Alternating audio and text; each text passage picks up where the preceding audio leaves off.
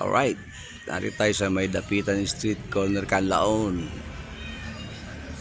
Quezon City, kung saan ay madami dito mga namibili mga handicraft.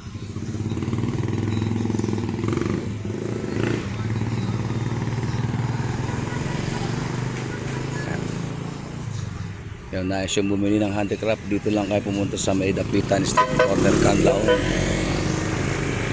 Ayan po. Ito mga ilaw, ang ganda.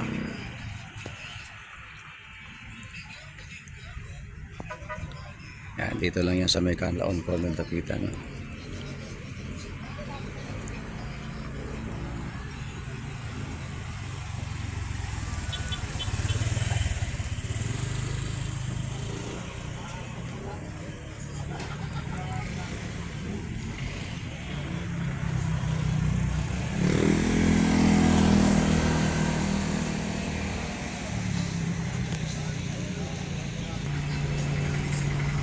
Kaya nakikita yung Dapitan Arcade. Dito lang yan sa Dapitan Street.